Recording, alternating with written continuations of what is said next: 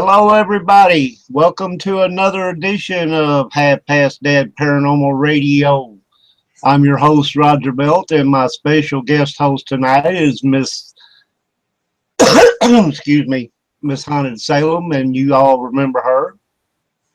I'm going to say this before I start this because reading information when I was looking up stuff, in the comments of some of the links that I was on, people were arguing about, people of Native American ancestry arguing about, well, that couldn't have happened, and this ain't so, and that ain't so, and all that stuff. We are not here to claim anything that we have found that we're presenting tonight. We're just presenting information that we have found on a very interesting topic. So having said that, we are not here to offend anybody's beliefs or whatever. We're just talking about an interesting topic and information that we found on it. So having said that, hope everybody enjoys the show. And it's time for me to close this thing. Hold on just a minute. Okay, here I am, everybody. Hi, Roger. Hello, how are you tonight? Good, how are you? I am awesome. Couldn't have found a better topic and a better person to share my cliffhanger show with, since I'm going to be out of pocket for a little bit. So Thank you very much. We're going to have a good time with this. I love it. This is one of the topics that I've always had an interest in, always wanted to learn more about it. It has its creepy side, and it also, from what I gather, is not necessarily is it always a bad experience, but it's never really a good experience, I don't think. No. So we're going to get into this thing, and if you want, let me pull this up and see where I'm at wrong. See that I had the wrong thing up there. The wrong thing. If you want to start us off, that'd be great. Okay. Well, we're talking about skinwalkers. They're more often attributed with the Navajo people. A skinwalker is a person basically with the ability to turn into any animal they desire. The Navajo skinwalker is known as we're going to mispronounce this, but Naldashi, and she is a variety of a Navajo witch, basically. A skinwalker is a Navajo witch. It is apparently far more common for men to be skinwalkers, though it is possible for women to be as well. Now, to become a skinwalker, it requires the most evil of deeds, the killing of a close family member. They literally become humans who have acquired immense supernatural power, including the ability to transform into animals and other people. Skinwalkers are most frequently seen as coyotes, wolves, foxes, eagles, owls, or crows, and are not creatures to be trusted. Okay, that's where the reason I put the disclaimer up in some of the comments that I found, according to what some of the people were saying, is that skinwalkers never would become eagles because eagles are protectors. They're more, to be honest with you, they're more wolves than they are of any other creature. From what I've heard, it's usually like a coyote, a wolf. I have heard of, I want to say it was a goat in one of the stories that I read. Okay. But I'm assuming that they can be whatever they want to be. But they were saying that basically they wouldn't be an eagle because eagles were protectors. But you could have the sensories of the eagle. Maybe, yeah, okay. Between the eyes and the ears and stuff like that. Or the I kind of picture an eagle as being a very what's the word I'm looking for? Smart creature. Okay, they have a lot of knowledge. And that's also one of the things in Native American lore that I've kind of ran across and everything is like, you know, eagle, they see through the eagle's eyes. Have you ever heard that? Yes. Yeah, that's what I'm talking about, using the sensory of the eagle. Yeah. They won't necessarily be an eagle, but they would have the sensories of it. Yeah, yeah, okay. Yeah, I just wanted to say that because that's one of the reasons why I did what I did. Okay. Because it is believed that skinwalkers wear the skins of the animals they transform into, it is considered taboo to wear the pelt of any animal. In fact, the Navajo are only known to wear two hides, sheepskin and buckskin, both of which are only used for ceremonial purposes. People who have seen skinwalkers describe a hollowed out dog-like animal where no eyes or the inside of a mouth can be seen. They usually carry a whistle, a bull roarer, or are armed with a long poison-tipped needle. People claim to hear their whistling sounds or the unnatural whirling sounds of the bull roar late at night. Yeah, they're usually dog-like, like they're more beastly, like wolves and coyotes. Yeah. It is said that a group of people meet in some isolated region, and this is the one part I had never heard before. It is said that a group of people meet in some isolated region. Out of this group, 3 people are chosen to run around in the skin. The 3 chosen people sit naked in front of the group with a coyote skin lying before them. While the crowd behind them chants songs, these 3 individuals enter the skin. Then these skinwalkers travel around doing their evil deeds, leaving the group behind to chant songs that give them power. The reason 3 individuals are chosen to be skinwalkers is because one person is assigned to be a lookout.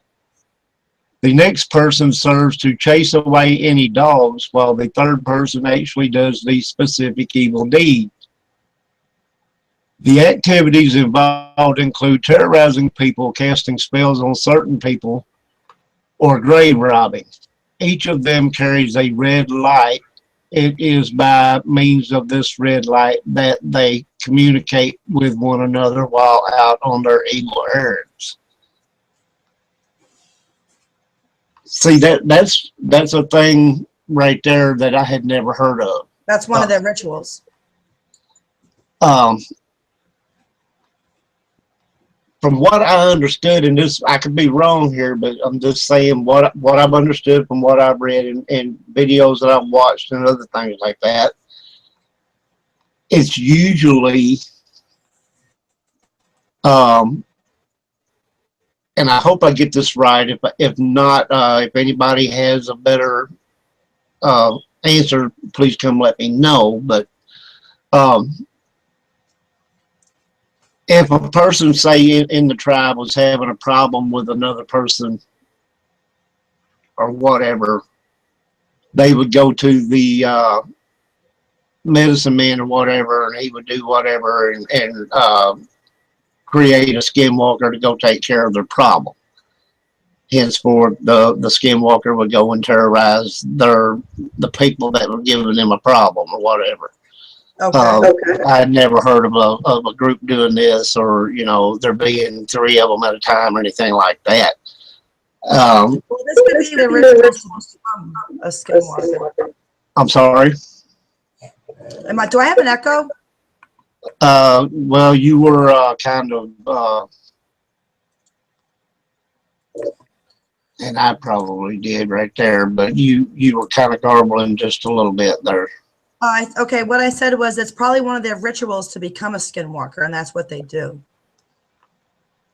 Okay, well, it gets on into talking about training to become a skinwalker. People become skinwalkers by being trained by a skinwalker. It is said that there is a 4-day ceremony that they undertake. During this time, only immediate family members can look upon the skinwalker in training. At this time, the trainee is painted all in white with black and white stripes painted across their face. Only after they make their first kill is the initiation over. Yeah, exactly. Okay, enlighten me a little bit there, because I kind of So think that, they're trained by their own skinwalkers, and it takes 4 days, and it has to be their immediate family. And then it just goes on and tells you, like you paint the trainees painted in white and black and white stripes, and they have to make their first kill, but the first kill has to be an immediate family member. that's what I was going to bring up. Yeah, it has to be an immediate family member, In and then the order, initiation is over, and then they're a skinwalker. in order to become a skinwalker, they have to kill a close member of their immediate family. Correct. I'm sorry, but how can you kill a close member of your immediate family just to become some animal or whatever? Yeah, And I mean, it is what it is. I mean, yeah, but if it's a close family member, that means you love them, you care about them. How can you do that? no, I understand. That part just gets me. I can't wrap myself around that. To think that if I wanted to become one of these, and I will say this: the thought of being able to turn into an animal and run around all over the country and everything, that sounds like an awesome thing. But Well, there's more to it than just that. I'm sorry. There's more to it than just that.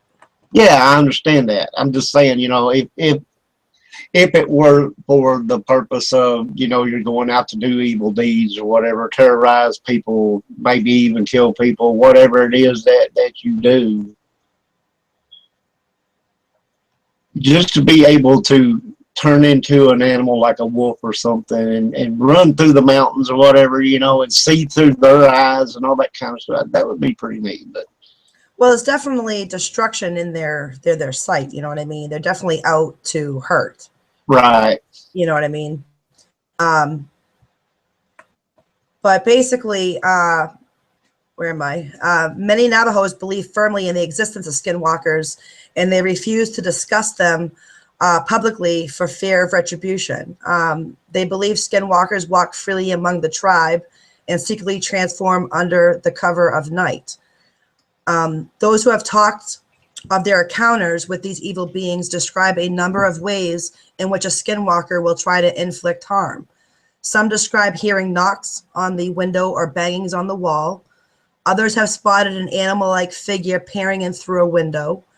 According to Navajo skinwalker legend, they are seldom caught. Those who do track a skinwalker and learn of their true identity must pronounce the name of the evil one in full. They have to pronounce their full name. Once this happens, the skinwalker will get sick or die for the wrongs that they have inflicted against others. I'm sorry. So they say two things. The only way to kill a skinwalker basically is that it kind of contradicts itself, because it says one way is to shoot it with a bullet covered in white ash. Yeah. And the other way is to announce its full name, and then it will transform and die. Well, it says that if you once you call it out by its full name, this happens, the skinwalker will get sick or die for the wrongs they have inflicted upon others. Correct.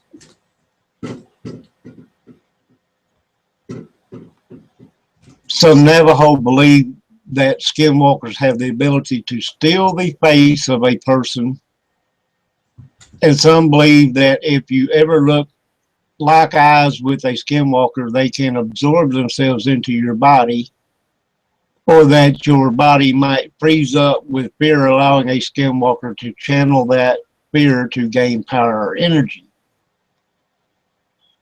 So basically, it can transform it. If it steals the face of a person, okay, doesn't that mean it can transform to look like that person? That's what I'm thinking that they're talking about, stealing the face of a person. In other words, they're going to turn into that person.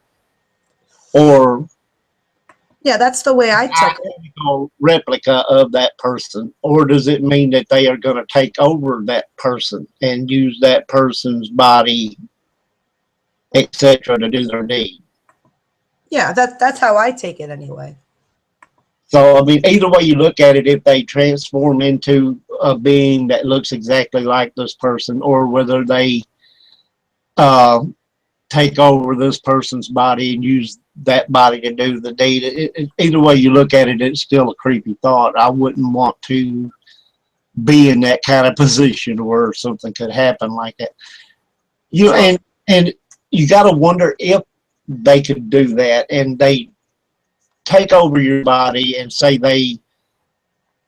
while they have control of your body, they kill one of your family members.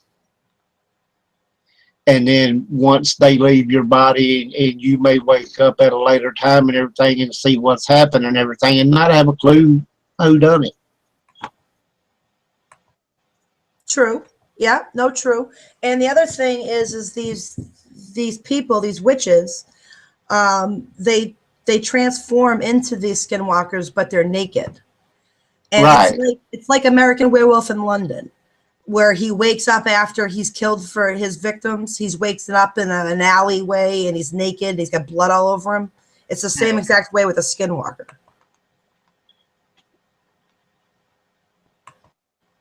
Okay. This is another thing I found interesting. It is said that skinwalkers tend to be found near graves of people, recently buried people. They have the ability to dig up graves with amazing speed and breathe in jewelry, saddles, or any other belongings buried with the deceased person. Once the jewelry is breathed in, it appears hanging on their bodies, if necklaces, or from their ears if earrings, which with their magical powers, they are able to carry away loads without overburdening themselves. That's wild. Yeah, how would you breathe in jewelry? And then have it worn on you. Yeah. As you breathe it in. You breathe in the essence of this jewelry or what have you, and then it appears around your neck or from your ears. It's just wild. I mean, I don't know how you could breathe in an object and have it hanging off your neck. Well, from the way I'm understanding this, it's not that you're breathing the actual object in, you're breathing in the essence of this object. Correct. It's kind of like telekinetic abilities. In other words, you could, just hold your hands up above this grave and have it fly out and onto your neck. Yeah. I got you. So, I mean, I don't understand. Maybe that's what it is. It has to be. I mean, because I've never. Yeah, I wouldn't understand how you would breathe in an object. Unless it was a feather and you sucked it up into your windpipe. You know what I'm saying? But you got to breathe in jewelry that weighs, so many grams or whatever, that if you pick it up, it would feel to you like it weighed a pound or so. You're not going to just breathe it in. Yep. So it has to have another meaning, like maybe the telekinetic thing. They just, they think on the object and it appears on their body or something. I don't know. Well, that makes more sense anyway. Yeah, it does. I can't, like I said, I can't picture any other way. Well, that they could like that. There are many other horror stories about things that skinwalkers do to their victims, such as using poison powder of corpse dust made from ground infant bones, preferably the finger and skull bone of twin infants. So they use twin infants. They use the finger and the skull, and they create this poison powder, and they use that corpse dust to kill them with. The skinwalkers blow it into their faces of their victims or down the chimney of the victim's home. Soon after the victim breathes the dust, the tongue starts to swell and blacken, and they go into convulsions and they die.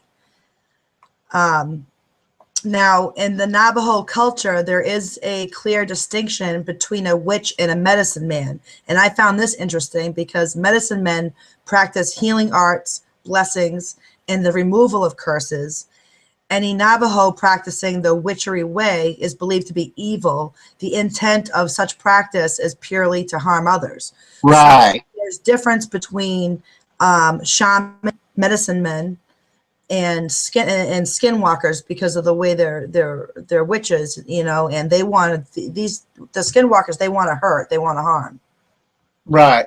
And as it's, I think it's kind of like I was saying, you know, usually, um, from what I understood, when a skinwalker was created, it was created by, and I heard it was the medicine man. Maybe, you know, maybe it's not, maybe it's the witch or what have you, but um, they are created for a specific purpose, which is to go out and harm someone for whatever reason. Correct. And that's what I was saying. If somebody came to the witch and said, "Hey, I've got a problem," you know, so and so's coming and taking my stuff, or you know, they're terrorizing my family. Can you do something about it? They might create the skinwalker to go in, scare the crap out of this person that's doing that, or whatever, you know, or even in some cases, maybe they're sent to kill that person or whatever, you know, dispose of them. To inflict harm, definitely to kill. You know, well, I mean, from what I was reading, they're not always sent. You know, they don't always kill, but they do kill. Correct. They don't always. You are absolutely right. So, you know, if they were sent for that specific reason, then I would assume, yeah, they're going to kill that person. Mm-hmm. Or they may be sent just to terrorize that person, you know. Oh, absolutely. Because there are stories that I have heard that they're just running along the sides of the vehicle with immense speed, and they don't kill. They just scare. Yeah. Well, you know, if you're driving down the road and you got a wolf that's standing up here, even with you know, your car window, that's keeping pace with you the whole time and everything, may be looking at you like, you know. Yeah, I don't think I'd be too comfortable with that either. But you know, like I'm saying, they, you know, their purpose may be like, you know, just to terrorize somebody in a way, giving them a chance to back off, and then if they don't, you know, they may send them back to do the dirty deed. But yeah, more like a revenge thing. You know, they're used as revenge towards people that done harm to them. Exactly. Yes. Okay. Skinwalkers are not boogeymen. They aren't figures made up to scare children, unlike Anglo stories of werewolves and witches. They don't lose control and kill everything in their path. That's what I was talking about. Yeah. Or maliciously curse people for no reason. Like humans, they do kill, and like humans, they have motivations for those acts of aggression. Exactly.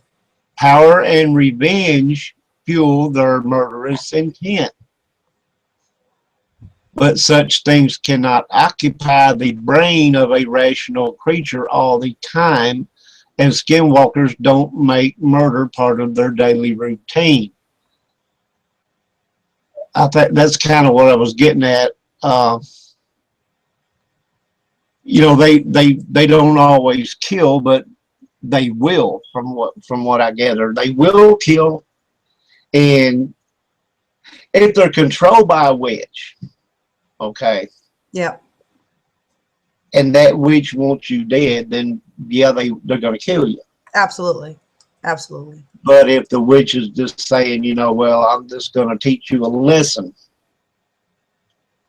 and they send them out, you know, and they just scare the crap out of you, maybe over a few nights period, or, you know, however long, till you get the idea that maybe I need to stop doing what I'm doing. Yeah, exactly.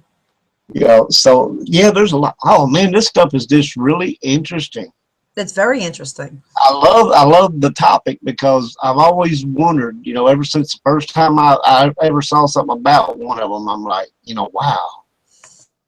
And believe it or not, you can actually go online and you can find hundreds of stories that people have come across these creatures. Yeah. Because how do you know a skinwalker is a skinwalker? And not only that, they're usually beast-like. And as far as beast-like, you're going to notice something out of the ordinary when you see the beasts to know that there are skinwalkers. But you have to, if you don't know who they are as a person, you can't kill them because you have to call them by their full name. Yeah, and Know also that person, yeah. there are other tribes of Native American ancestry that believe in the same thing. It may not be the same name. They may not call them skinwalkers, but they have their version of. Correct.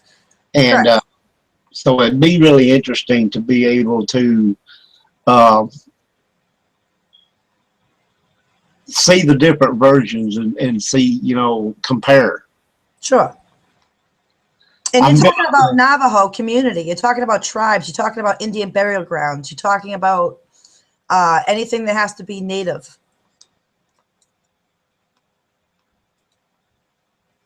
Okay. This is just a picture here that one that I found. Oh, I like that. Yeah. And I've got some more here. Hold on.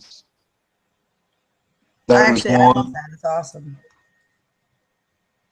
And I like this one.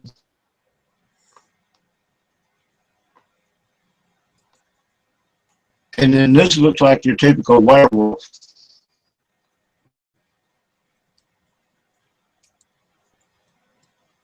And that one just looks plain out creepy.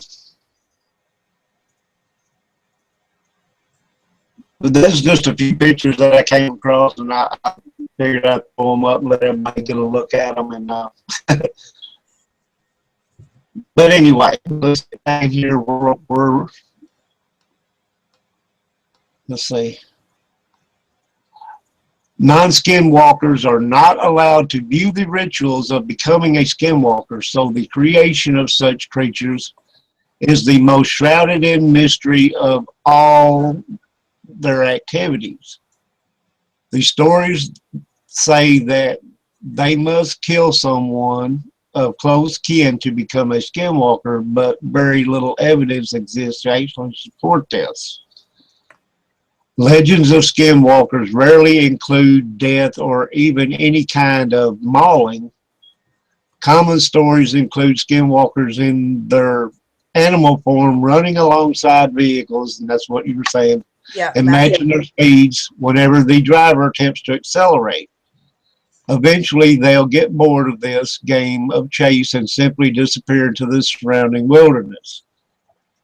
While this leaves the drivers unsettled, it is hardly enough to even label as malicious. Rather, it seems playful, like the small dog that chases after cars that pass on the street.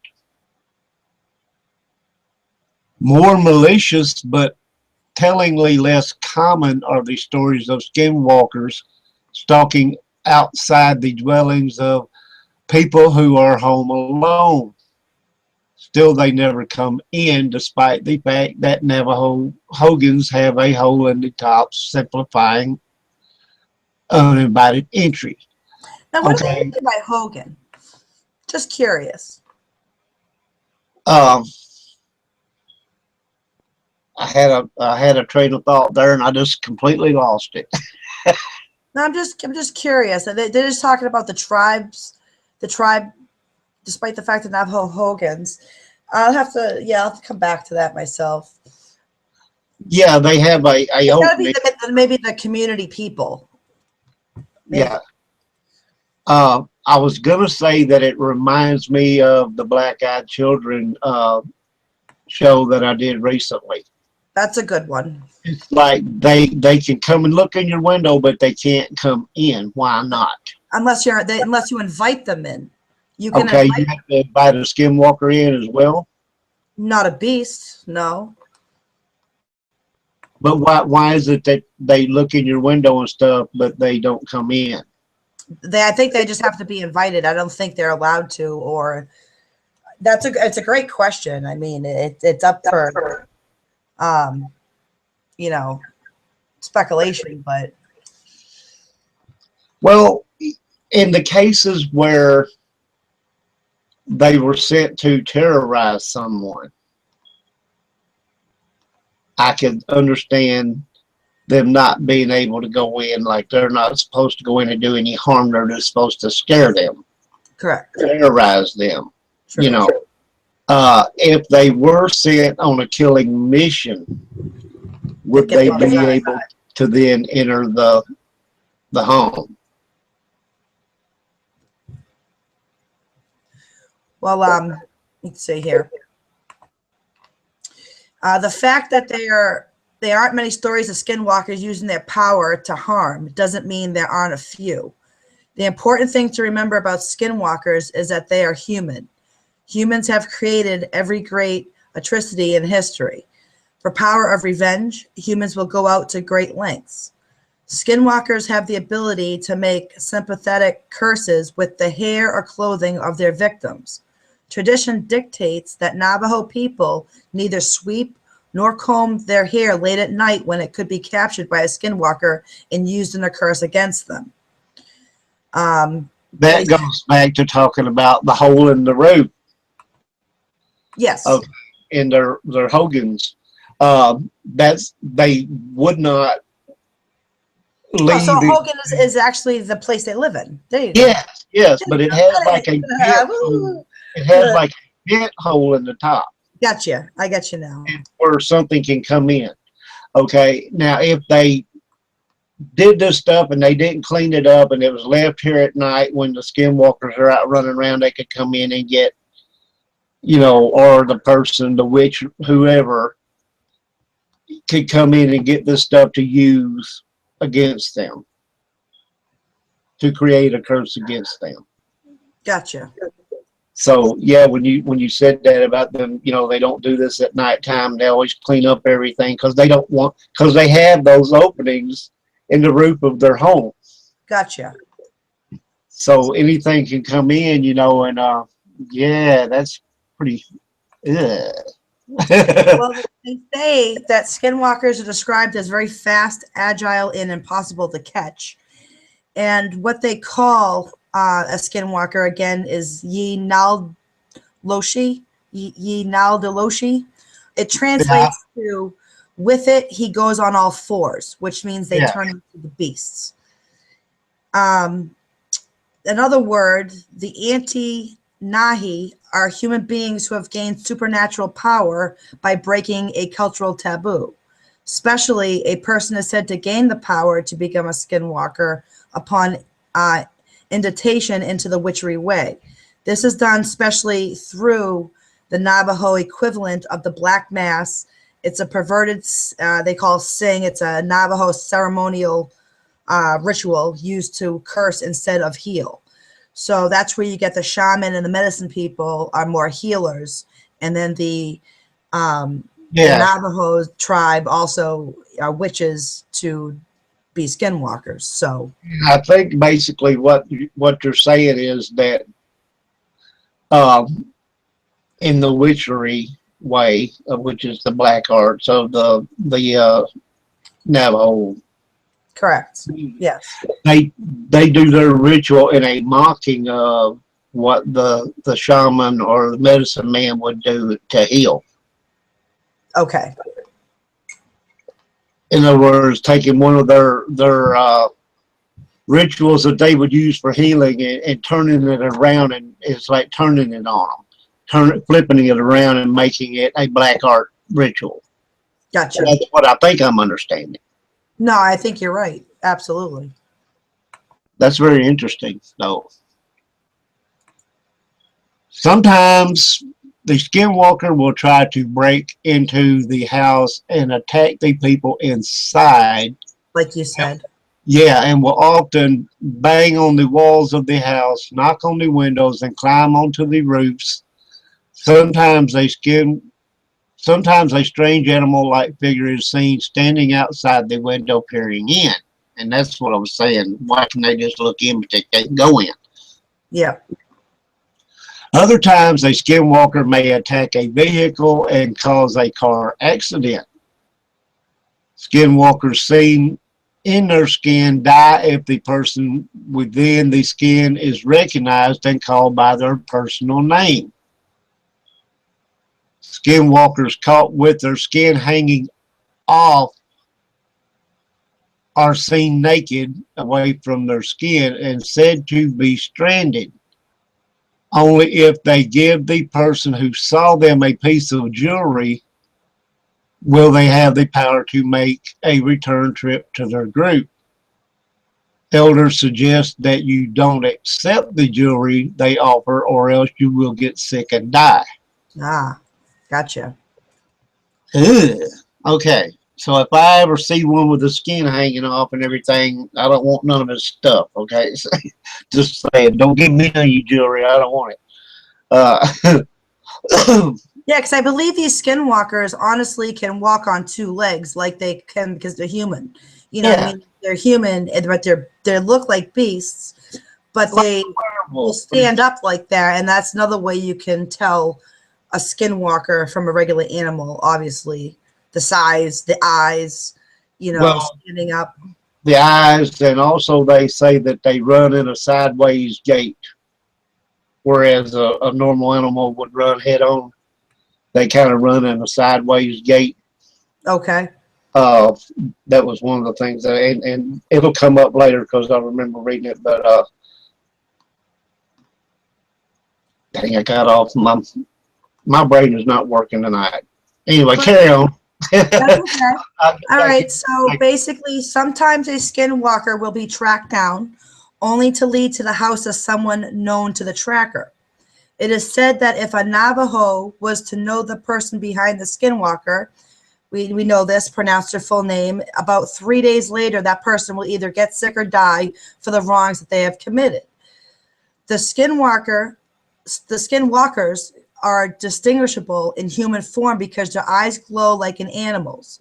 In animal form, they can be spotted by moving stiffly and unnaturally, and their eyes do not glow like animals. So it's different. In human form, their eyes glow, but in animal form, their eyes don't glow. But they move differently.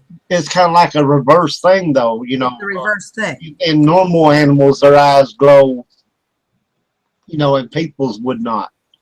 Correct. In this case, the person's eyes would glow, and his animal form would not. Correct. That's really weird. Anyway, carry on. Well, many missionaries have experienced a skinwalker running along their truck at night. They've also been in trailers when skinwalkers attempted to break in. The legend that skinwalkers must kill for their power comes from people like one man who claimed to be an ex-apprentice who refused to perform the initiation rite. However, for every one story of a skinwalker killing someone, there are 5 more stories of a normal human shooting a skinwalker in their predator form and finding a neighbor dead or injured the next morning. Wow. So the one you do not want to do if you're going to become a skinwalker is basically refuse to do the initiation process. Yeah. And it'd be weird if you shot some animal or something in the middle of the night, and then the next day you found out that your neighbor's dead because he was shot to death. Well, that's what I mean. It's like it's like American Werewolf in London. When the wolf gets shot, he turns back to his naked form, and then they find lying there. It's exactly, that's how I take it. You know what I mean? Something like that. The more you get into this, the more interesting it gets, I tell you. Okay, let's see. Dogs can always tell if a skinwalker is about. If a person who is being stalked by an angry skinwalker has dogs, the dogs will bark whenever the skinwalker gets near the hogan. Many skinwalkers look like dogs in their predator forms, but they run differently. This is what I was talking about. Their gait Yeah. has been described as the sideways gait of Gotcha. a great dog that has human legs folded up inside it. The Sideways gait.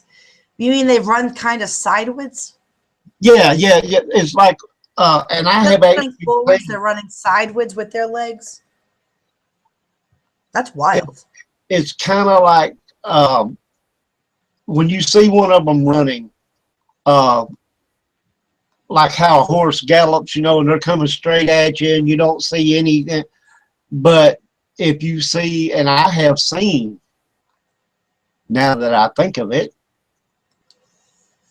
an animal running in a kind of a sideways gait before. Gosh. Huh. That's very interesting.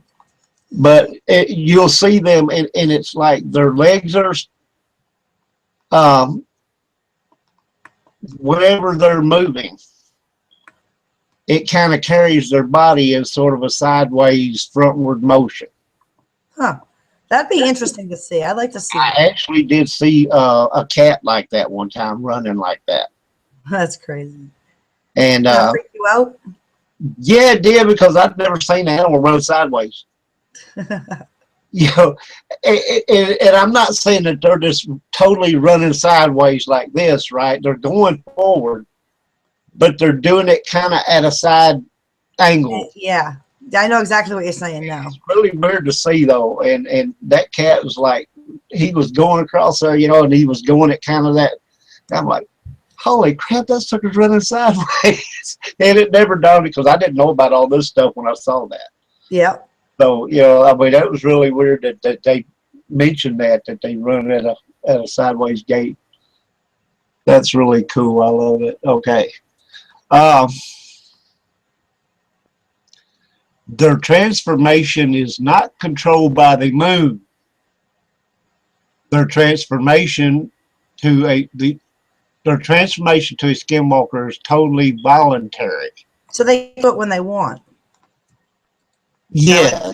Oh, they don't need to wait for the full moon like the werewolf, Yeah. And they pretty much, I guess, anytime they want to put their skin on and transform, they can do that. Of course, you ain't going to see them doing it in broad daylight. They're going to do it in the dark. It's usually at night. In a place where nobody will see them. Because you don't want to be caught in human form. That's why. Yeah. They don't, but they can, apparently, they can do this transformation anytime they want. That's crazy. Yeah. I'm going to go out in the woods and become an animal in the middle of the night, not because there's a full moon, just because I want to run around and eat raw food. I think that's awesome. Well, while it is possible that there are stories that there are simply never told to the outsiders that give cause to the blanket silence of those who make their homes or reservations, it is also possible that they do not like to talk about their neighbors when they can never know which ones like to run around at night in predator skin, like you said. Either way, the behavior of both the skinwalkers themselves, as well as the people who live near them, indicate that skinwalkers are not a story to scare children or even a warning to stay inside at night. They are real and they are human. With benevolence and malevolence, they come with it. The skinwalker may make strange sounds like banging on the walls or knocking on the windows, scraping noises on the roof. These noises are all signs that a skinwalker is about trying to gain the attention of its victim. Attempting to shoot or otherwise kill the skinwalker is usually unsuccessful, and the skinwalker itself may even seek revenge for the attempt on its life. So if you even try to kill or attempt to kill a skinwalker, they're coming after you because you can't hurt them at all. Right. That's what we were talking about, basically. And it comes up later on in the discussion and talk about if you shoot one, it may not harm them anyway. Or They Now, do can you have any stop more bullets. pictures? Because there's a picture of a skull on the screen. Yeah, I put that up there. They can stop bullets in midair. You said you had a picture of one, did you not? A picture of which one? A skinwalker? Oh, all of these are supposed to be, Oh, there we go. I see it. yeah. All of these are basically supposed to be having to do with that. But anyway, they have the ability to stop bullets in midair. You could shoot at one, they could stop the bullet in the Okay. air. Yeah, they Yeah. can actually. Reminds me of the movie with what's his face? Oh, The Matrix? yeah, where he does the thing with his hands, you know, and the bullets stops stop, the and he just picks one up and right looks before at his it and face. drops it. Yeah. Yeah, they can. They can catch bullets, absolutely. The power is immense. Yes. So that's very interesting, actually. According to Navajo legend, the Skinwalker has the power to read human thoughts, allowing it to use the victim's own fears and secrets against them. The Skinwalker has the ability to control the minds of its victims, forcing them to comply with whatever the Skinwalker may have in mind. You're in its control. Yeah. The Skinwalker is also able to mimic any human or animal sound it chooses, perhaps using the voice of a loved one to lure a potential victim out of his/her home. It may also use the ability to distract the homeowner so that it may steal property like livestock or to escape. Can you imagine you're sitting outside, sitting in your house, and you hear your mother calling you outside, and to come out to find it, it's a beast? Yeah, that's what I was going to say, is the whole thing about them peering in the window, but they can't go in or don't go in. Why do they not go in? We don't know this, but they can use the voice of one of your loved ones to get you to come outside. It's like paranormal stuff. Yeah, I love it. I love the I do paranormal. too. But yeah, that's kind of like well, I can't come in there, but I'll sucker you into coming out here. Absolutely. You know, and once you're out here, It is. It's all black magic. yeah, That's what they're using, black magic, and it's nothing nice to fool around with at all. this is some creepy stuff, actually. The Skinwalker is adept in the use of black magic. There you go. That's what you were saying. Using charms, chants, and spells to induce supernatural fear into its chosen victims, so that it may manipulate them into doing the Skinwalker's bidding. It may use this ability to induce fear, to curse its victims, or even to kill them. It is possible that the Skinwalker's very presence induces supernatural fear into both people and animals. So basically, they're saying, you know, all you got to do is see one. Yeah, and you're screwed. Okay. Now, if you saw one and it's running out across the prairie here and it don't see you, I don't think you really have nothing to worry about. No. But I'm sure it can sense you. I'm sure it can smell you. I'm sure it can see you. Yeah, if it's trotting across the prairie and you come out there and it's all of a sudden, oh, there's somebody behind me back here, I better look. You know. And then they look around and you're done. Makes you think twice about walking in the woods at night, don't it? Yeah. And see, I used to love camping. Me too. And in fact, I'm going to do that come warmer weather after my surgery and I get healed up. I am Where too. I'm fishing again. I'm going to take me a tent down to the river and I'm going to catfish all night long. What can I say? I wish I could join you. Oh, I love no. fishing. Yeah. I didn't go at all last year because of my leg problem. You know, I couldn't walk the long distance to get to where I wanted to go. Yeah. And so I didn't even go. And that's the first year that I can remember that I haven't gone fishing. So yeah, it was a sad time. So Yeah, yeah, I'm going fishing when I get well. You bet on it. I'll that's go. My awesome. me and my chicken livers and my fishing poles are going to the river to catfish all night long. Yeah. Well, the next few facts are actually interesting. The skinwalker has a wide variety of weapons at its disposal. In addition to the human's shin bone, bows, and arrows mentioned earlier, one of the most potent of these is a tiny bone pellet, which is fired from a blowgun into a victim's body. These pellets embed themselves into the skin without leaving so much as a mark and afterwards cause sickness, social misfortune, and eventually death. But check this out. Another spell that the skinwalker uses to kill is done by acquiring some of its victim's hair, wrapping it around a pot shard, and placing it into a tarantula's hole. Live rattlesnakes may be released into the victim's dwelling or his bed, causing him to grow sick and die from the rattlesnake bites. Tell me that's crazy. Yeah, and I had a thought back to something that we talked about earlier from when you were reading that. Um, I'll have to look at it again now to see if I can get my thoughts back here. Um, oh yeah, uh, we were talking about they didn't do their hair and all that stuff during at Yep. night and all that because somebody could come in and get the hair. And here we go wrapping the hair around a pottery shard and putting it in the little spider's web. Okay. So it all connects. Correct. You know, this stuff is really interesting because you can, one part that you'll read that's talking about one thing, you can actually use it again over here in another thing. Yep.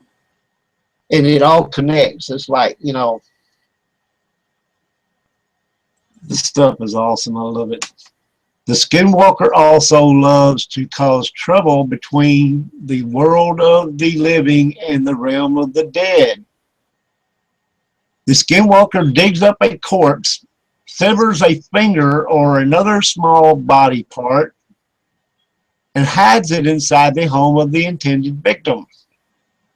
The ghost of the deceased will rise from the grave in search of its missing body part and will then haunt whomsoever possesses it. That's crazy. The homeowners will be both confused and terrified as to why this is happening to them. That is crazy. Okay, that is. Never thought of that. I honestly never thought of that. That if I have a deceased person and the body in the ground and I go and dig it up and cut a finger off, that they would actually come looking for that finger. Right. I never thought of that. You know what I mean?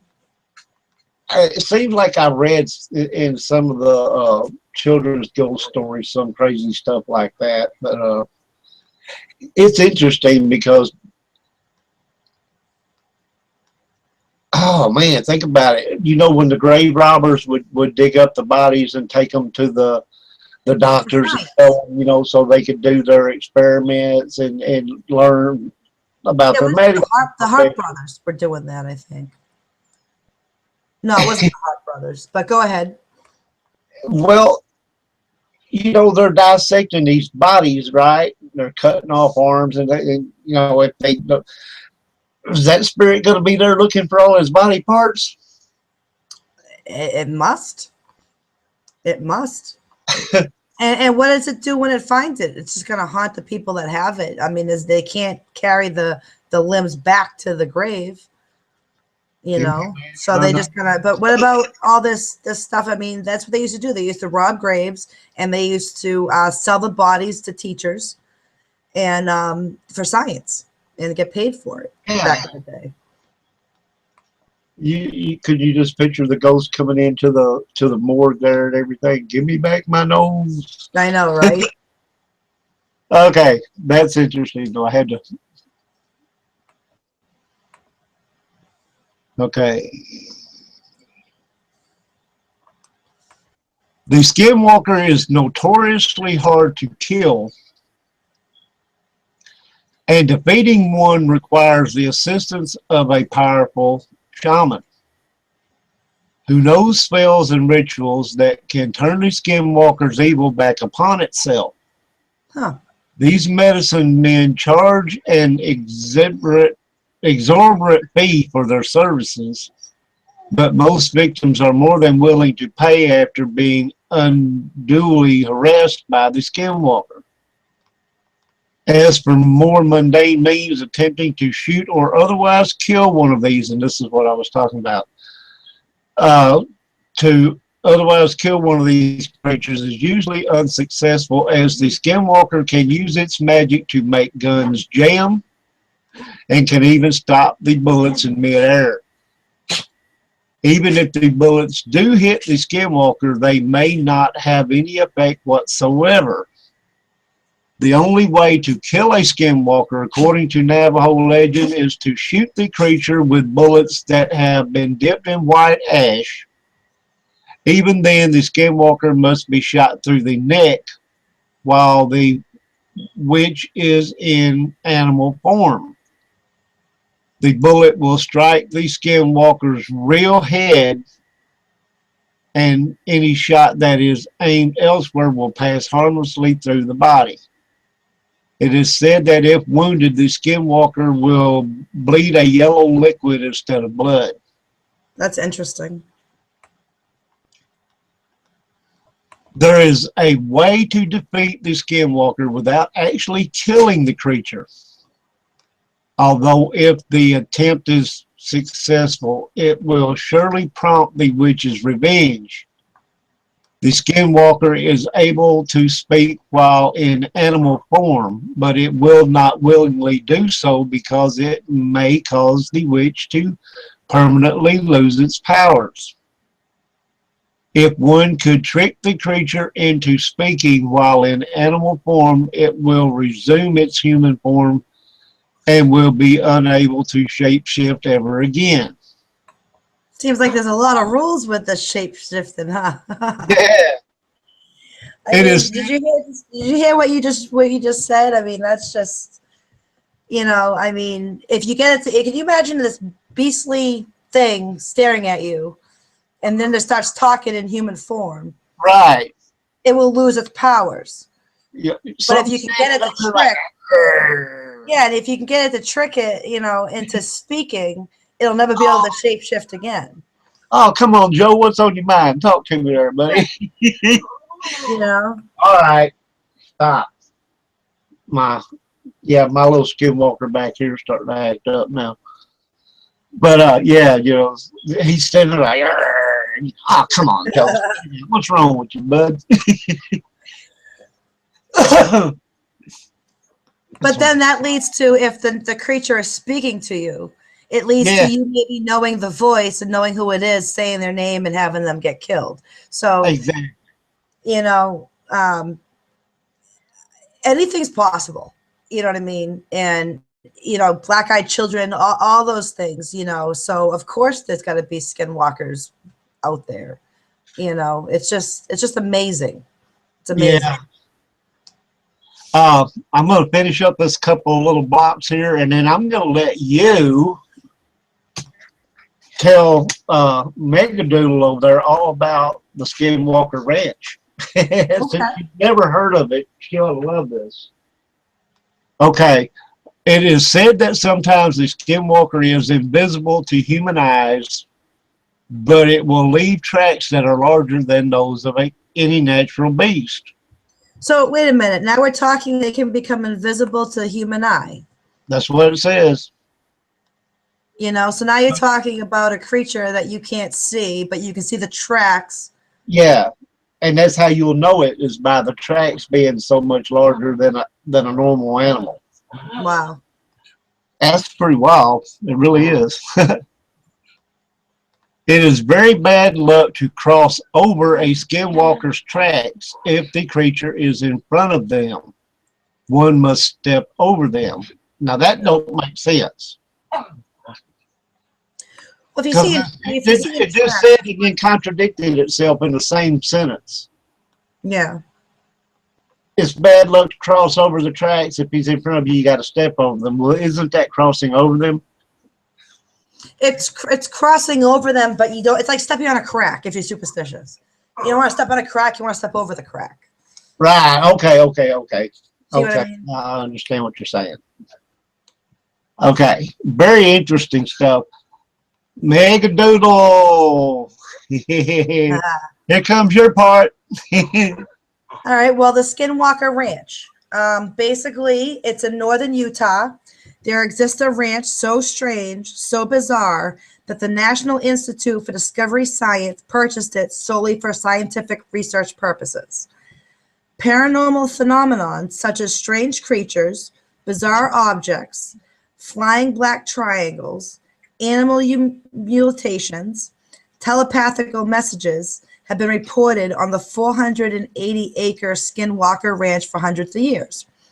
It is estimated that over half the population in the area surrounding the ranch has witnessed unusual paranormal activity on or near what became known as the strangest place on earth.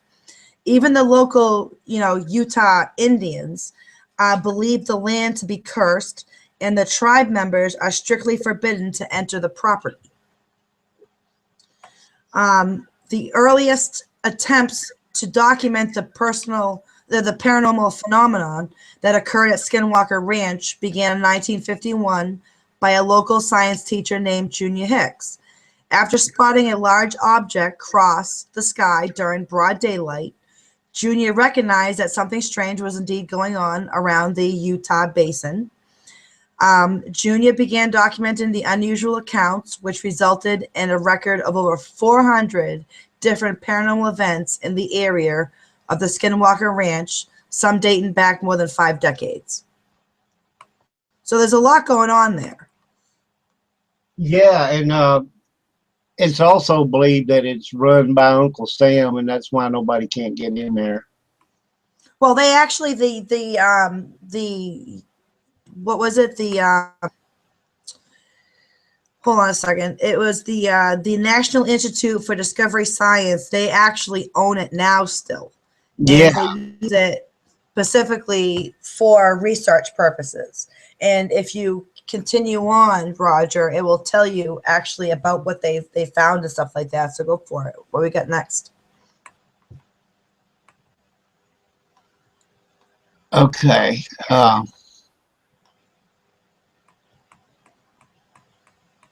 You have to forgive me. I don't even know how far. We're in addition.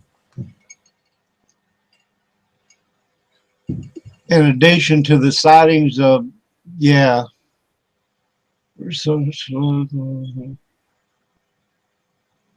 During their 2 years on the property, the Sherman family say they experienced mysterious voices coming from the air. Multiple cattle mutilations in just 2 years. Terry Sherman lost 14 of his 80 he had heard. Bizarre, exotic, multicolored birds, inanimate objects flying around their home and property. UFOs flying above their land, weird beastie creatures, and many more paranormal phenomena that they were at a loss to explain. Several wolf sightings occurred during their time at Skinwalker Ranch. In another notable instance, Sherman's wife spotted a large wolf, and this is what we were talking about earlier. As she drove her Chevette through the gated entry to the farm, she noted that the wolf was 3 times larger than a standard wolf, his head reaching above the roof of the Chevy Chevette she was driving. The family recalled many instances where freakishly large wolf-like creatures were seen on the Skinwalker Ranch property. Yeah, basically, these Navajo Indians, their lore is the tribe will not enter the Skinwalker Ranch property. And they also discovered that they have lived in this area for thousands of years. And it's believed the land to be cursed and plagued with mythical, non-human, shape-shifting creatures called skinwalkers. Now, they call it the Path of the Skinwalker and reference the land as such for hundreds of years. So these tribes, these Indians, they won't even go near this place. The Ute tribe, who has been in that area for thousands of years are forbidden to set foot on that little 400-acre piece of property. Yeah. Yeah, they don't want nothing to do with it. Yeah, because of the stuff that goes on there. Yep. So there's a lot of paranormal phenomenon surrounding this place. And skinwalkers, you know what I mean? There is a lot of paranormal phenomenon. But let's see. 1 second. as their stay at the Skinwalker Ranch grew longer, the Shermans saw and experienced more remarkable and inexplicable events. Sometimes in the middle of the night, their entire pasture would light up as if illuminated by football stadium lights. Now that's interesting. Like UFOs? Yeah, they often smelled strong musk-like odors emanating throughout the house. Bright shafts of light would be seen beaming from the ground towards the sky. Wow. Like UFOs? Yeah, but coming from underground. That's crazy. They often heard what sounded like large earth-moving machinery coming from inside the ground. While they worked in the middle of the pasture, they would hear mysterious voices seemingly floating in the air above them, conversing with each other. Crop circles, circular ice patterns, and large holes in the ground would appear overnight in areas all around the Skinwalker Ranch property. During their attempts to work the ranch, cattle mutilations, which were detrimental to Sherman's business, were common occurrences. Whereas a typical rancher might lose 1% of his herd in a bad year, Terry Sherman had already lost 20% of his herd in just 20 months. Yeah, now Terry Sherman is basically the owner of the ranch prior to the Historic Society there getting their hands on it. The discovery of science. Cattle mutilation, you know, that goes a ways back too. There's been a lot of farmers, you know, complaining about their cows being mutilated, and it happens all the time. yeah, and it's like when they do this, they will cut certain parts or organs from the animal, and you can There's tell no blood on the ground. No blood at all. It's like the blood got sucked out of the animal. Right. And you can tell that it's a perfectly surgically cut, you know, opening. Yep. So that leaves you with one or two ways to figure that. Either you've got Uncle Sam sending doctors out in the middle of the night to cut parts out of your cows, or aliens are doing it. Yeah, basically. You know, and with all the other phenomenon that they've seen going on with the aliens and you know, the UFOs and stuff around there, you know, I'd have to pick aliens. not that I know, but you know, if you got them flying around up here, they're probably down here cutting parts out of your cows. Okay. Well, mysterious flying crafts were frequently spotted zipping above the ranch land. In various shapes and colors, the Shermans even reported seeing a refrigerator-shaped object about the size of an RV with a white light at the front and a red light at the back. Terry had looked out the windows and noticed what he thought was an RV in the pasture. Thinking it was a tourist that was lost, he told his wife, and he was going outside to help them find their way. As he approached the vehicle, it rose straight into the air and flew out of sight. Wow. So, and it's basically, you know, it's an RV. It's an RV looking. It's got the white lights in the front, the red lights in the back, and it just shot straight up in the air and took off. I mean, that's just nuts too. Now, is that an Uncle Sam device or is that an alien device? Hey, there's corruption all over the place, right? Look at Area 51. Exactly. Right? They ain't gonna tell you. No. And this is witnessed by the owner of the ranch. This isn't even the discovery of science yet. You know, this is the owner of the ranch. I mean, he's just a normal person like you and me, and he's witnessing all this. Right. You know, and he don't have a clue what's going on, and they're not going to come up and tell him, "Hey, bud, you know, we come over here to snatch one of your cows. You know, we're going to cut some parts out, but we'll come back and leave the carcass for you."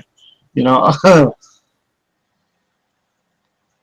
I mean, it says by far the most common object they witnessed were floating spears of different sizes and colors. In 1995 and 96, the Sherman reported 12 separate instances where large orange circles were seen flying over the trees at the center homestead. Terry Sherman claims that holes occasionally opened up in the orange spears and other smaller spears would fly out. Now that's crazy. That's like, you know, a spacecraft opening up the door and letting little spacecraft men come out in their own machines. Yeah. Orange spears. And a neighboring ranch confirmed the sighting as well. So now you have other people that are seeing this, telling a reporter of his own encounters with what he called a flying orange basketball. Now, you can explain the discovery by the National Institute for Discovery Science, what they found. But before you do, blue orbs were also witnessed on the property. And unlike the orange orbs, they were to be feared. About basketball size, the objects were obviously intelligently controlled, making quick turns, and they skirted above the property. So, I mean, that definitely says right there, you know, I mean, it's just craziness. That's the only form of an unidentified I ever saw in my life was orange. Absolutely. I mean, think about it. Think about Area 51, okay? You're thinking about all the people, you're thinking about astronauts. They see UFOs out there in the middle of space. They're sworn to secrecy. They can't say anything to anybody, but they're coming out now. You know what I mean? You see it all the time. I mean, Area 51 alone. You know, with the Roswell, you know, the crash, the aliens, you know, they have all that stuff. They just don't want the public to go crazy knowing that the stuff is out there and being and worrying in the fear. So they just say, oh, it was a weather balloon. Oh, it was this. Oh, it was that. You know what I mean? But you can't, what's the word I'm looking for? Discount the fact that we live in our own galaxy here, where we're like an ant compared to what's out there. Right. You know what I mean? There's gotta be other beings and other life forms and other things out there, you know? So that it happens at this ranch. And he doesn't have any explanation, and they're not going to give him one. Or if they do, it's not going to be anything that would make sense. No. National Institute for Discovery Science takes ownership of Skinwalker Ranch. Scientists from the NIDS moved into Skinwalker Ranch and began their investigations in August of 1996. They installed video cameras and other sensitive monitoring equipment, built new fencing, and constructed observation posts manned with trained observers in hopes of collecting evidence for scientific study. Reported seeing two bright yellow orbs hovering 15 to 20 feet off the ground. As they moved closer to the lights, they saw a human-like animal scramble high into a tree. They moved towards the tree line to get a closer look at the animal, the apparent size of the animal growing larger and larger as they neared the trees. The tracks were discovered in the snow. The tracks were large, clearly defined, and indicated the animal had large human-like feet with very long claws. Cattle mutilations were routine occurrences and often happened within a few hundred yards of investigators. Now that's wild. Oh, absolutely. Reported at the ranch includes unusual or strange aircraft, balls of light floating above the ground, poltergeist activity in and around the property, cattle mutilation, strange alterations to the surface of the land, and strange humanoid-like creatures roaming the ranch. I wouldn't want to be out there at night. I'm saying, discovered 3 circles of flattened grass, each about 8 feet across, in a triangular pattern about 30 feet from each other. In a nearby pasture, other strange soil impressions have been found. Circles about 3 feet wide and a foot or 2 deep, with the dirt in the center perfectly flattened. Male voices speaking an unfamiliar language. The Skinwalker Ranch is a private faculty still owned by the National Institute for Science Discovery.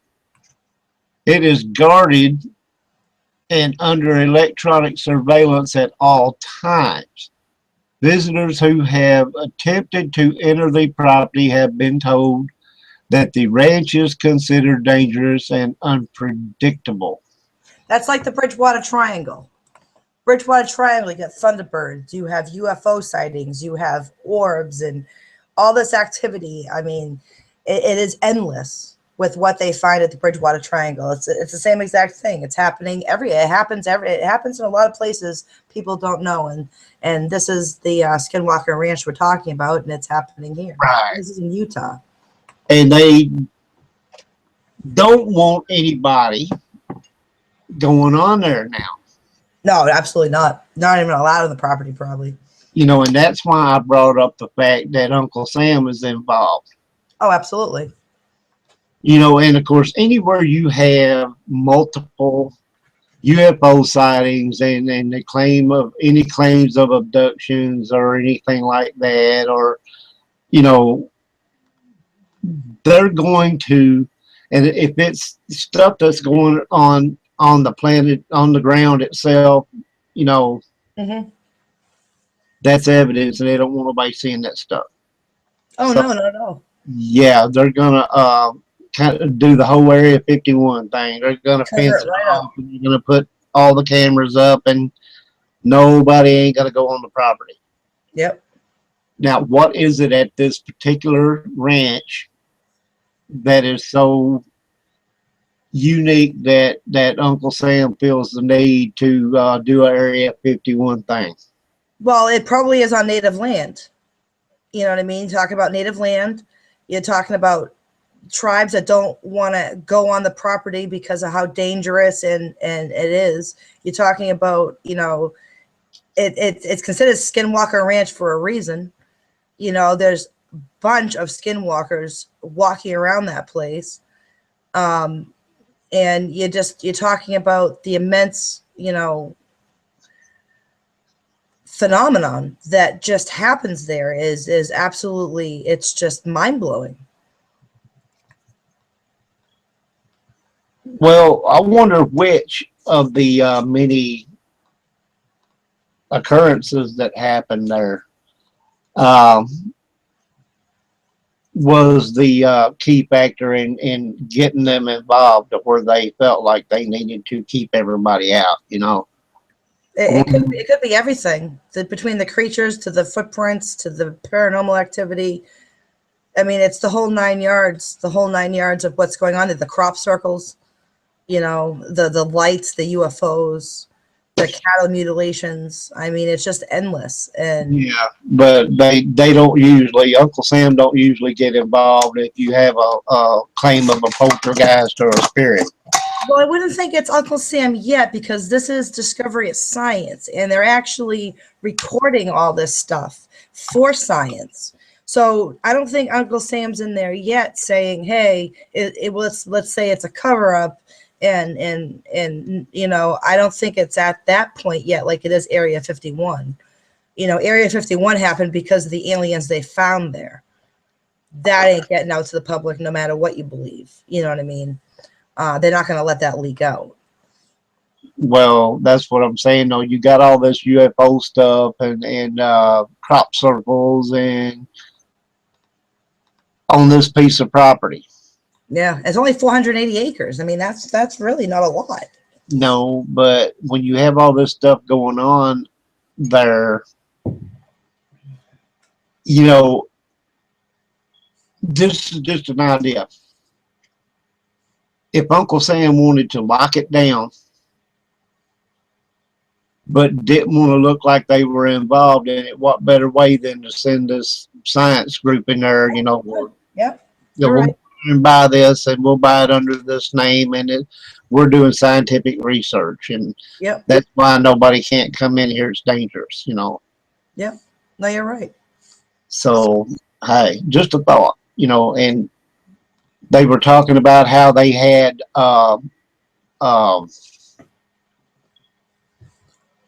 what they call them towers, I guess, where they guard, you know, it's guarded around the area. Yep.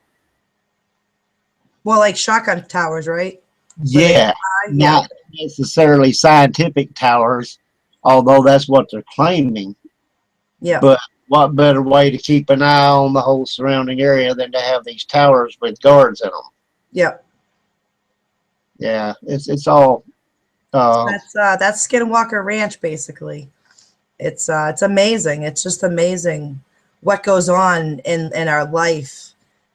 I mean, it you know, that's around us that people witness. I mean, you have people that witness a lot of things, and they are coming forward now.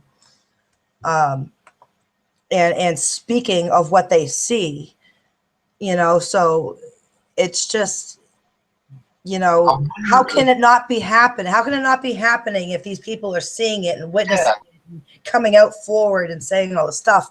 You know, of course it's happening. Well, and also, why would they feel the need to lock it down and put guards up? Absolutely. If it wasn't happening, you know? Exactly.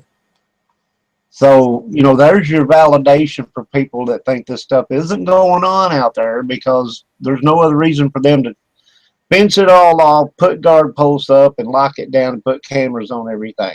Correct. Yep. You know, there's things going on there, and they don't want you to know what it is. Nope. Kind of can go along with the whole thing about, you know, Uncle Sam knows about, you know, the aliens, and yes, they're here and they've been communicating for years, and we're not supposed to know all this stuff. Well, look at the Egyptians. Look at the pyramids and the hieroglyphics, and look. I mean, how could they possibly have lifted all those blocks to make the pyramids? Obviously, they had help from extraterrestrial beings. Well, that, and you and I will agree on that. Yeah, I mean, it's up for it's up for debate, you know.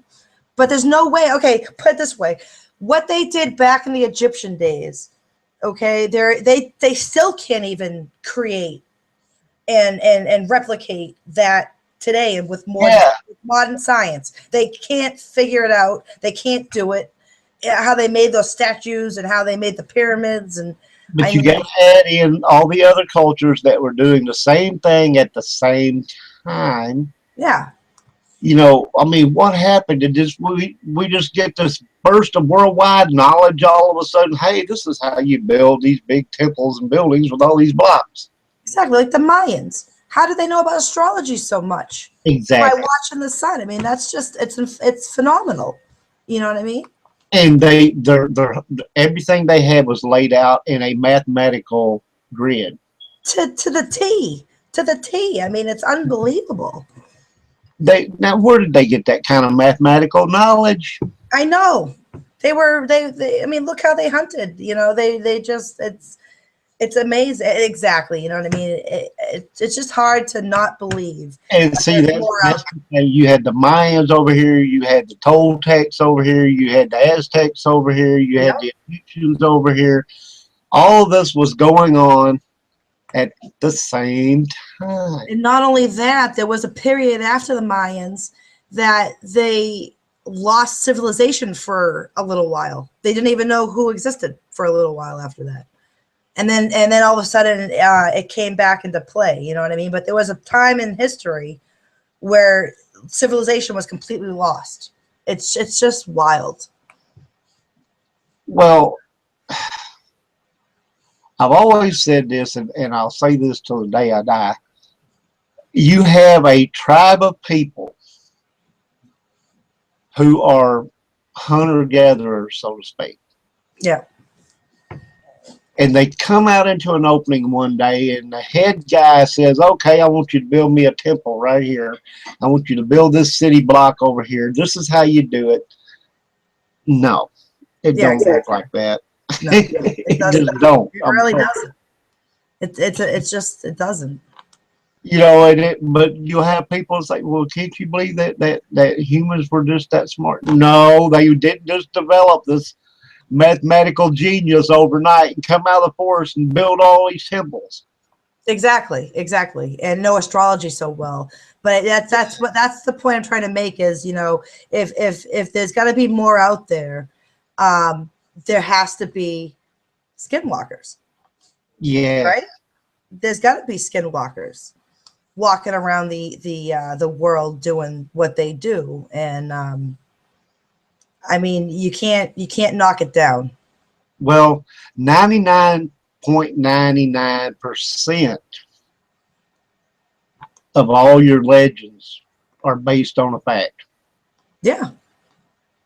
So, and they get retold and retold, and yeah, I'm sure they get blown a little bit out of proportion, and but it started with a fact. It started from something that actually happened. Correct.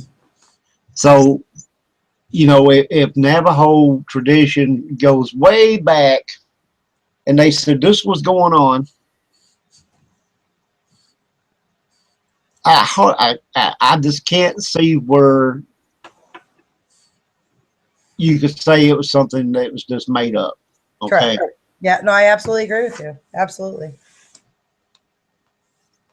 I actually love those movies where they have stuff like that, even though they don't portray them 100% accurate. But Well, that's Hollywood. Hollywood is Hollywood. Yeah, but still, some of the movies are interesting because that they based some of this stuff off of actual fact.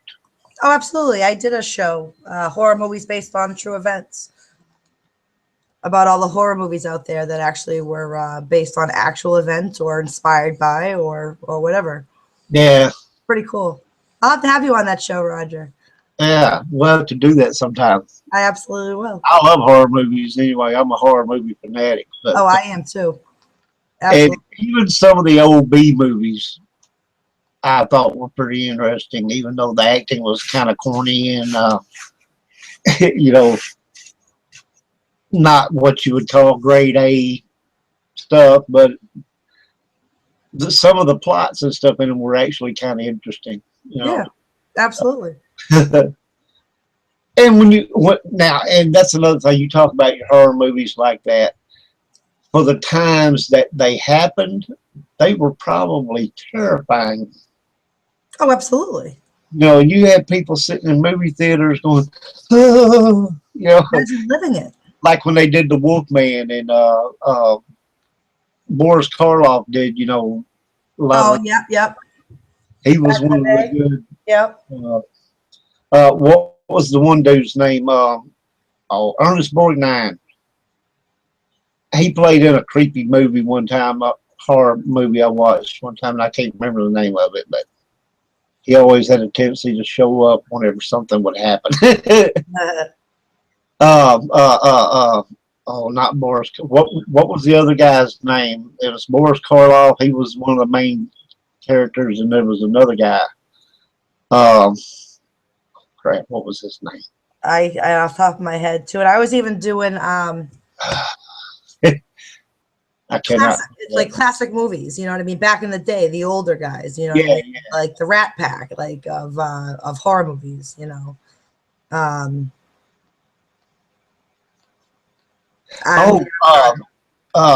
that one vampire movie. How do you pronounce his name? Norphus. I know what you're saying. Anyway, I know what you're saying. They claimed that he was the real deal, Yeah, yeah, yeah.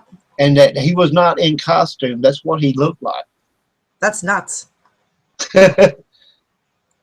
Nostrafori something.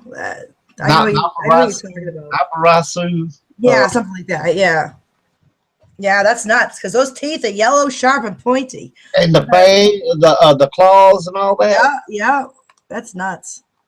Oh, and he would not work in the daytime. He what? He would not work in the daytime. No. Now everything happens at night. Don't you know that?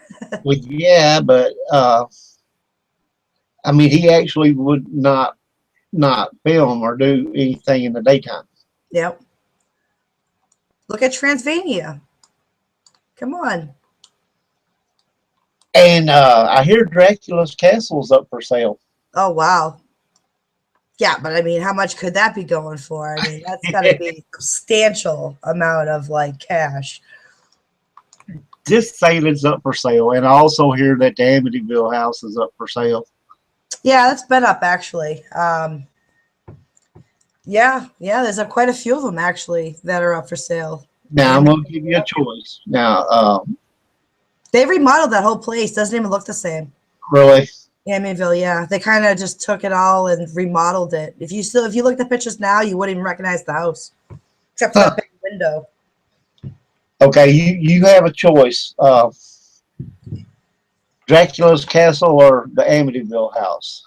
Dracula's Castle. I knew you were going to say that. I knew it. Absolutely. Are you kidding? A castle Hey, dungeon? damn, My dungeon would be my bedroom. It'd be like awesome. Yeah. Get lost in that place. You kidding? Vlad Dracul, he was.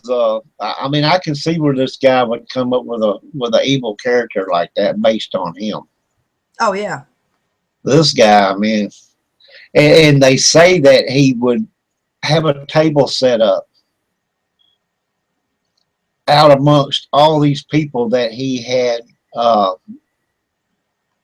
on the rods, the poles. Yeah, it's Vlad and Paula. Impaled. Yeah, that he had impaled. Yeah, That he impaled. set up a table and eat his lunch. Yeah, with people, dead bodies stuck on the poles, With hanging people out that there, were bleeding to death. dying and everything, all hanging all around him on these poles. Yep, that's Vlad. Yep. Yeah, could you imagine? I couldn't imagine. He didn't care. He impaled so many people that when you look back, it was like just people on sticks everywhere. He didn't care. It looked like a crop of growing impaled body. Yep. You know. That's what we're going to do, Roger. We're going to do a show on medieval torture devices. I got over 75 medieval torture devices that I've already researched. Oh, cool. That'll be a show. Yeah, we'll have to do that. Yep. You want to be drawn and quartered, or you want to be put on the rack, or you? I'd rather, honestly, the rack is bad. Drawn and quartered is bad. They're all bad. But yeah, well, the next show we do, it'll be on medieval devices. Cool. Yeah. That's awesome. Yep. And we'll have to find some good pictures to throw up so people. Oh, absolutely, absolutely. What we're talking about, you know. Yep, absolutely. It's gonna be probably a 2-hour show. It'll probably be a two shower. Can you imagine 75 devices they used to do in medieval times? And I'm still finding more.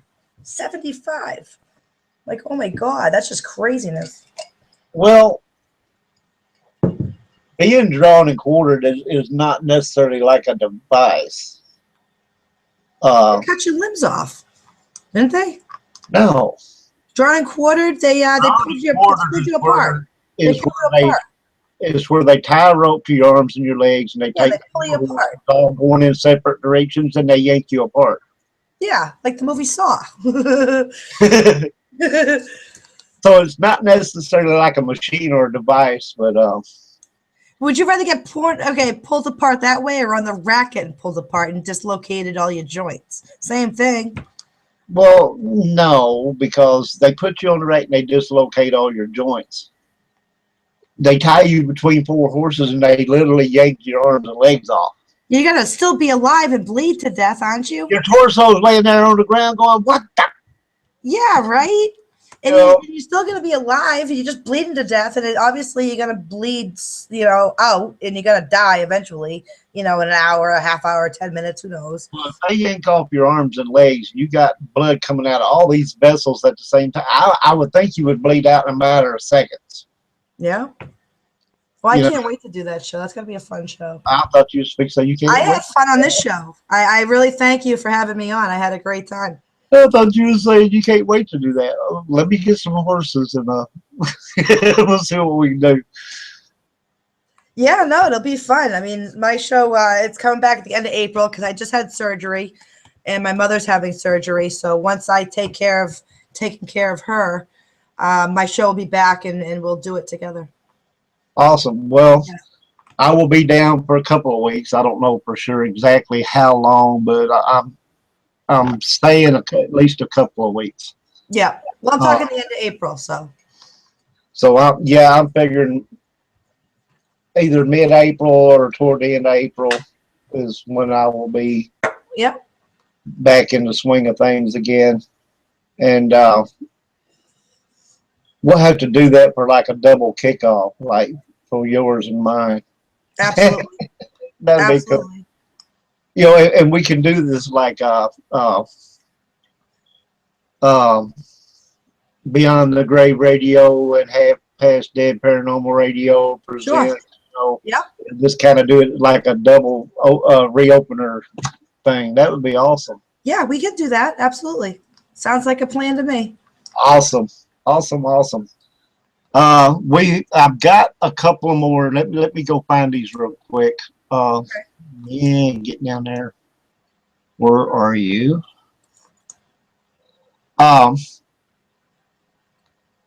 Okay. Get this up here. These are just some little stories that I ran across when I was doing some looking, and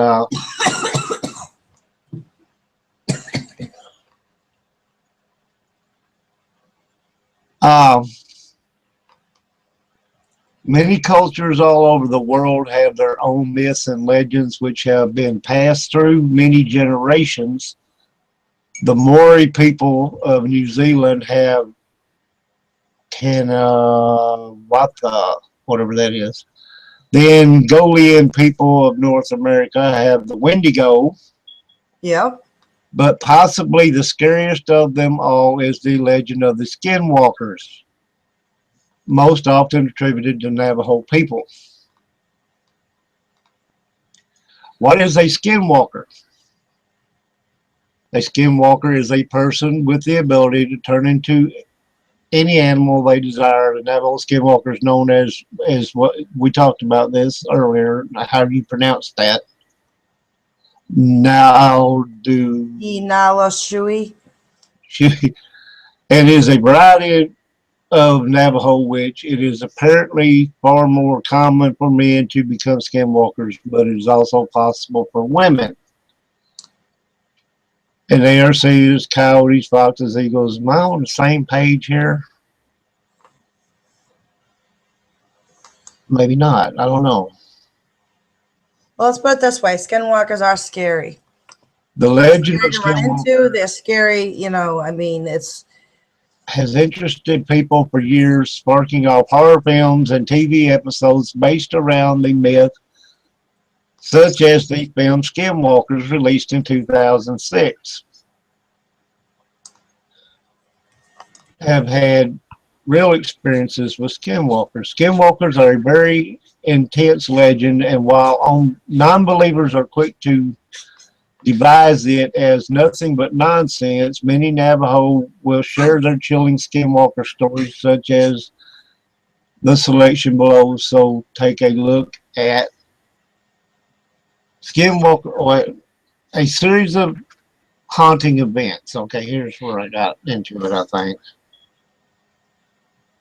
And this is stories told by people, and like I said, I'm not claiming that these people are telling the truth or they're not telling the truth. This is just stuff that I run across. My uncle and cousin saw a large deer on the side of the road. When they got closer, it hopped over the fence like a bipedal man. One time driving back from Gallup, my dad saw an old Navajo woman walking on the side of the road, and when he slowed to offer her a ride, she took off into the plains quickly with inhuman speed. Once when I was a kid, my family was at my aunt's house, which is in a rural, secluded area, when we were toyed with by a few entities. They would make animal noises, and when we looked to the direction from which the noises were coming from, they would turn a flashlight on and off. The noises would come from all directions in increasingly shorter succession. Usually when I'm there on the reservation visiting alone late at night, I will share. Good Lord, these things cut off sometimes. They shouldn't be doing this. My family owns a farm in the heart of a Indian reservation. One winter I was home for Christmas taking care of the farm while my parents were away Christmas shopping. As I was home by myself very late in the night, and I hear all our cows freaking out. I knew it had to be the wild dogs that are rampant in the area, so I throw on some boots, grab a shotgun, load it up, and head out to the field. Stop! Okay, I lost my place. Head out into the field, and just in time I see two dogs. They were standing up facing each other and fighting. I think perfect 2 for 1, so I pump a shell into the chamber of Mr. 12 gauge, and then it happened. The two dogs heard the rack and they both stopped, looked over at me, and ran away on their back legs. Immediately I froze, and every ghost story about Skinwalkers and all the other native legends I grew up with flew through my mind. Keep in mind, I am a white guy, and up until then, these were all just boogeyman stories the native kids like to tell to scare us. That night, they became real to me. Here's another one. A family escaping a screaming nightmare. So this was the very early 80s, and my sister, who lived in Toronto, came down to visit our parents for a weekend. She was staying at a friend's house who loaned her a car so she could come out. After her visit, she left a little after 9 p.m. She got maybe 7-8 miles away when the car broke down. Thankfully, she broke down in front of a friend of the family's house. They let her in to call Dad, and Dad came to get her. The family said she could leave the car in their driveway for the night, and my sister decided to just stay at my parents' for the night. It was now a little after 10 p.m. and pitch black, late November. While my sister and Dad are driving back to the house, they pass through a heavily wooded area.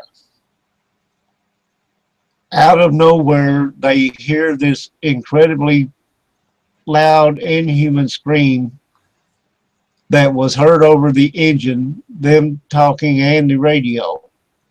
Dad slammed on the brakes, and they both started freaking out when suddenly a 6-foot-tall coyote walking on two legs with a black-white striped tail appeared on the side of the road and proceeded to walk in front of the car. As soon as it passed, that same scream played again, only this time 10 times louder. Dad slammed on the accelerator and they got out of there. It was never seen again. Well, that's what I mean. These skinwalkers, they walk on their back two legs. Yeah. You know, so Well, if you ever see an animal walking on two legs, because they are human. They're just in, yeah, animal form. yeah. And that's like I said, some of these stories are creepy as everything, you know, and then people, you know, were arguing about they weren't true and all that. But How can someone say it's not true if you know, if they didn't experience it? The only right, way, you know, you get the skeptics out there, but the only way that, you know, you're going to know is if you experience something like that. You know, other than that, you can say, oh, that didn't happen, that didn't happen, that didn't happen. But people out there really are experiencing this stuff. well, I think that in a lot of cases, people will assume, and if you grew up on a reservation, right, you heard Yeah. stories from, you know, the generations and the generations, and it goes back to when Moby Dick was a menace. So, um, if you never heard anything like that in those stories that you were raised up on, you're naturally not going to think that that could be possible. Exactly. So I'm not saying that these people who are disagreeing with, I'm not saying that they're wrong in their beliefs. I'm No. just saying that, you know, there's always possibilities for something that they did not expect or know about. So, you know, there can be things outside of what they learned growing up. Mm-hmm. Okay, next story is a bus trip goes sinister. When we had crossed the reservations border, I noticed the bus driver had sped up and was now going about 85 miles an hour. I thought this was a little weird because he never exceeded the speed limit, at least not in my high school career. For some reason, I couldn't fall asleep like the rest of my teammates, and I just sat at the back of the bus staring out across the desolate desert landscape that was lit up by the full moon. As I looked out, I could see a figure running towards the bus at an angle of pursuit and keeping up with the bus at 85 miles an hour. As the figure got closer, I saw that it was a humanoid form. As a matter of fact, it looked exactly like a human, only that the face was painted half black and half white with glowing eyes. Glowing eyes like a rabbit's eyes, reflecting light from a spotlight. I immediately thought, holy crap, it's a skinwalker. The skinwalker ran up to the edge of the road and just kept up pace with the bus, hurling sagebrush and rocks while staring at me. After I made eye contact with the thing, I could not look away. It was as if something was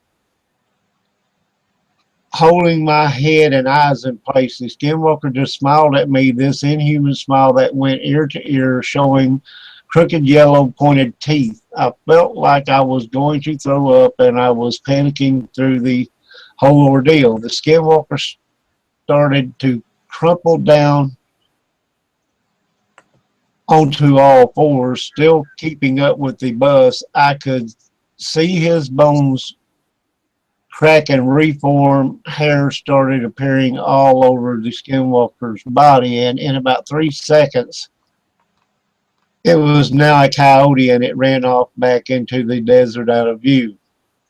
As soon as it was gone, I ran to the onboard bathroom and puked a mixture of food and blood. I didn't want to tell anyone for fear they would think I was crazy.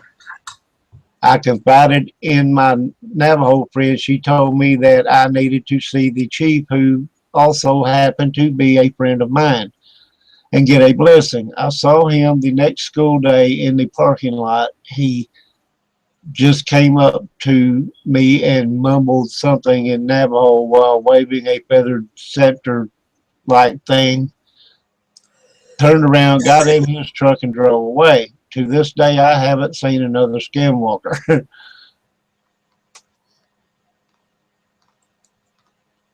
stories like this, 85 mile an hour. Oh yeah.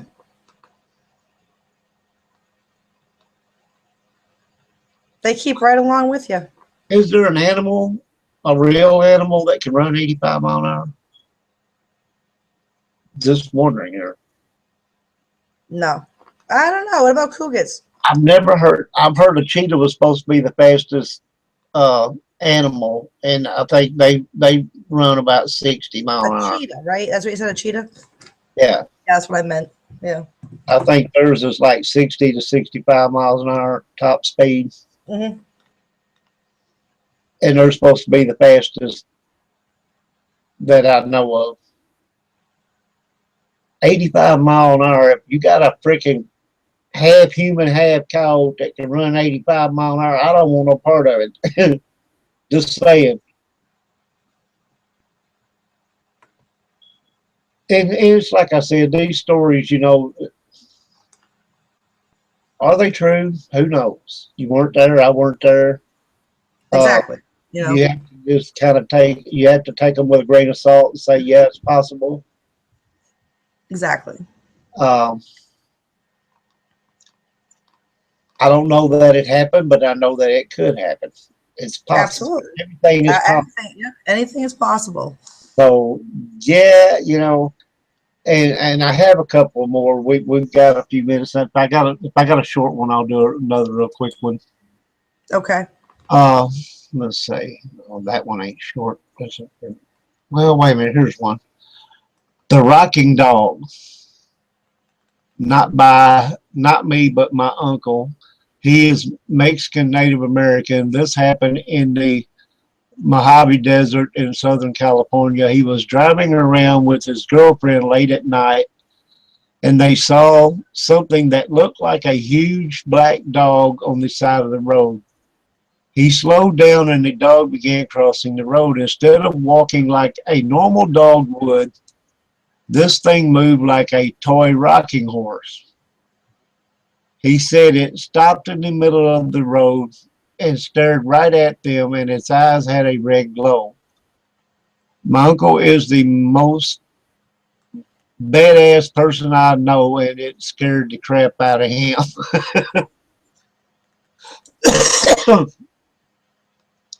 Now that's different. I've never heard of anything moving like a rocking horse.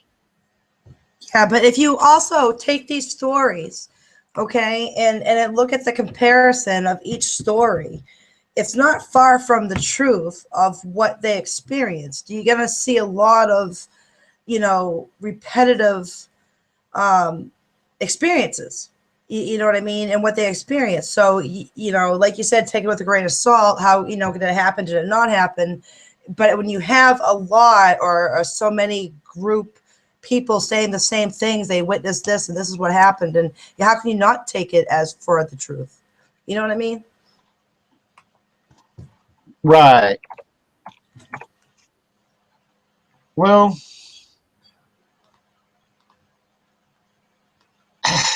God, this topic is just is so interesting, and you could go on and on. There's plenty. You could find a lot more stuff.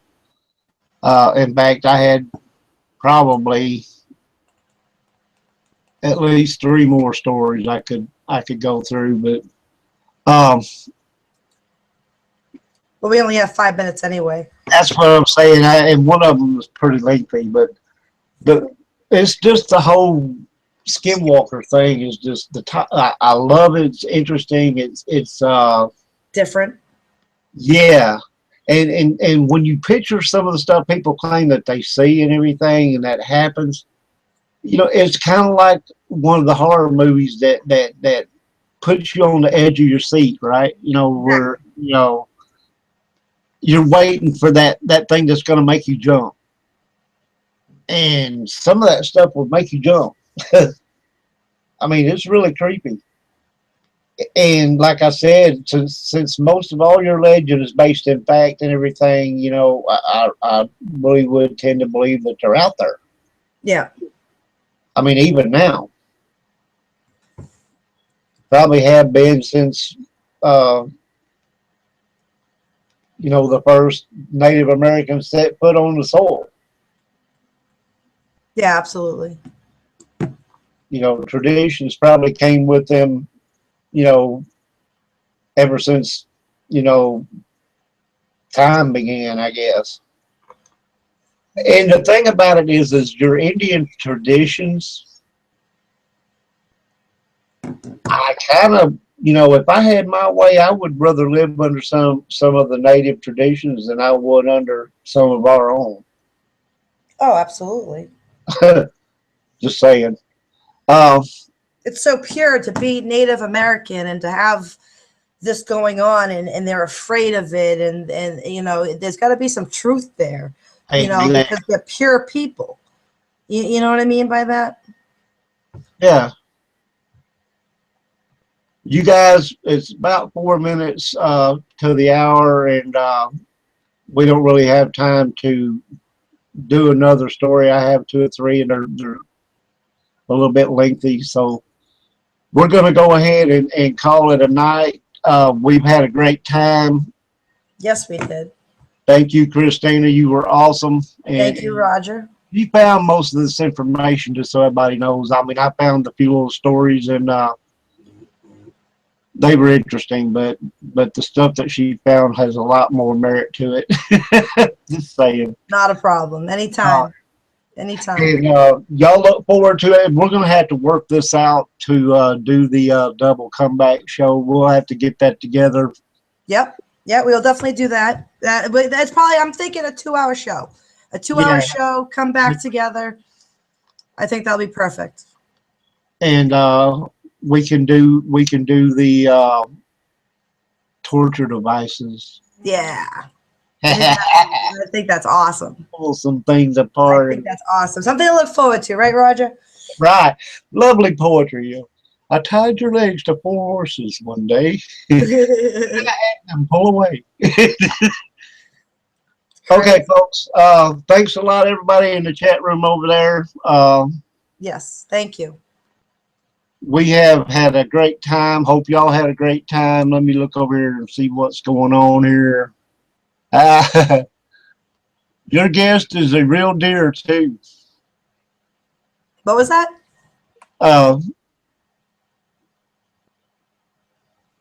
Dana was saying that you was a sweetie. Aw, thank you very much. I really appreciate that.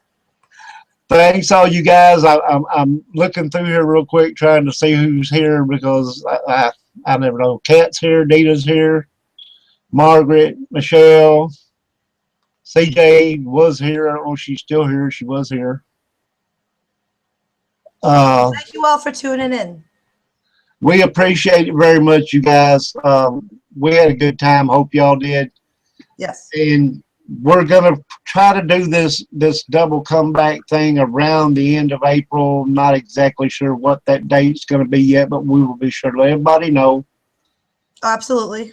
And we're gonna talk about things that pull your body apart and stretch you out and all kind of other stuff like that. It sounds like a real interesting thing. So we will see y'all then.